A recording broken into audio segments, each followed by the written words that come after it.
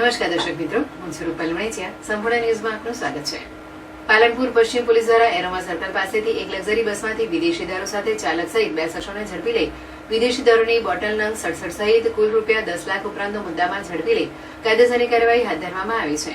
પાલનપુર પશ્ચિમ પોલીસ મથકના PI PR મારુ સ્ટાફના માણસો સાથે પેટ્રોલિંગમાં હતા. તે સમય દરમિયાન પાલનપુર એરોમા સર્કલ નજીકથી પસાર થઈ રહેલ પટેલ ટ્રાવેલ્સમાં તપાસ કરતા ટ્રાવેલ્સમાંથી વિદેશી દારૂનો 67 બોટલ કિંમત ₹42,300 મળી આવ્યો હતો. 42,307 મળી આવ્યો હતો, જેથી પોલીસે સોહમભાઈ વેનાભાઈ રબારી રહેઠાણ સુરત તેમજ ફતેલાલ મોતીજી રબારી રહેઠાણ ટોકર ઉદયપુરથી ઝડપી લઈ લક્ઝરી બસ 2 નંગ મોબાઈલ રોકડ સહિત કુલ ₹10,56,307 નો મુદ્દામાલ